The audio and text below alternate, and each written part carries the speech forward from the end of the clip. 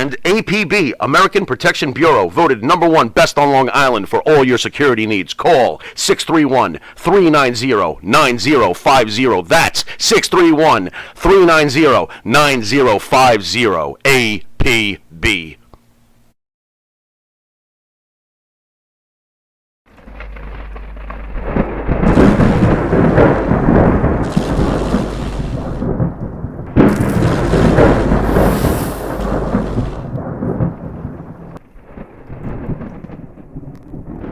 I wanted to make a comment as a pure fan. No, you can't make no comments, Benny. Go ahead. in the 70s, but when I'm hearing you, both of you talk about, the tag teams and the changing of the titles, and it brought me back to that time when, early 70s, mid 70s. As a fan, I was glued to the TV set for these tag team matches. They meant everything to me, and sadly, I have a list of things that no longer really are important in professional wrestling that used to be everything. One of them is, no more managers, really, no more 2 out of 3 fall matches, no more draws. But the one that bugs me the most is the lack of emphasis on tag team wrestling when it was so important back then. Yes. A lot of people have brought that to my attention too. And I don't know why. I don't know why they don't have, it's a whole different segment. It's something else to draw people in, to watch them. It's, they're very entertaining if they done right, and of course the whole thing is, to see you tag your partner and your partner make that big comeback. Well, and they were 2 out of 3 in your day, Tone, right? Yeah, a lot of them were. You were close to a 30-minute match with a tag match. Oh, yeah. I remember one time in Sacramento, Pat and I worked against Fuji and Mr. Saito, and we went an hour and 15 minutes. Wow. And I thought, well, it's a tag, but the next day I felt it. God damn, did I feel it. And I was wrestling. How about Saito? Was he stiff? Hmm? Was Saito stiff? No, he was good. I didn't really find anybody stiff.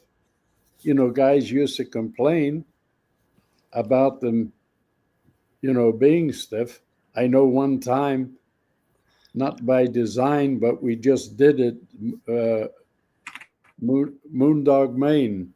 Oh. And I wrestled in Madison Square Garden, and we beat the living bejesus out of each other for whatever reason, I don't know.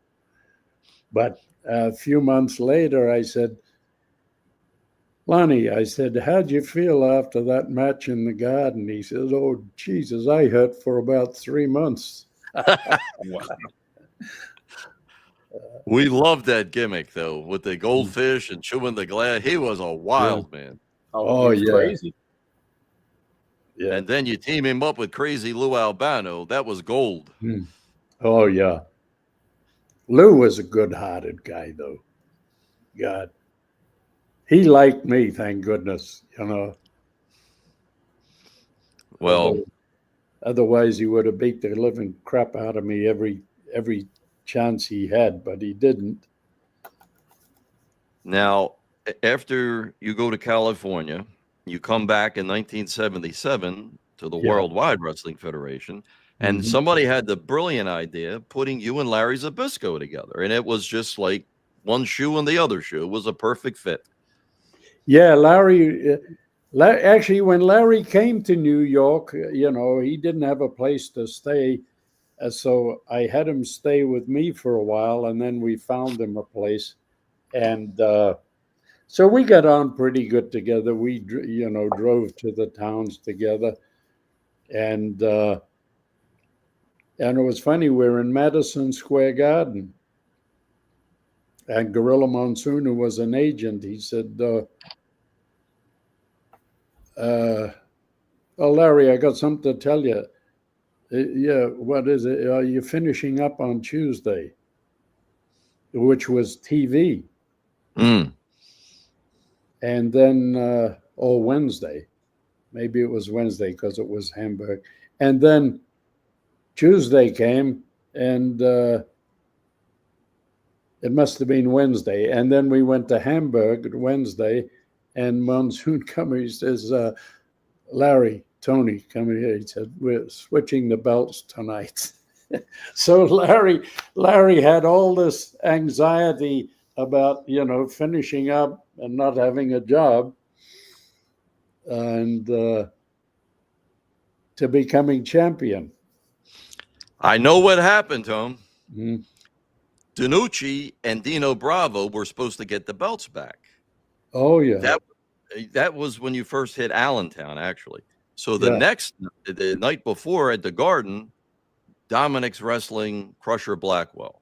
And he cracked he bruised or cracked a couple of his ribs, because then Dominic started wearing that singlet. So it's like, here's the tag team curse again.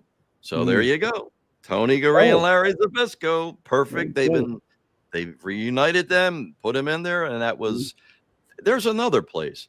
When you went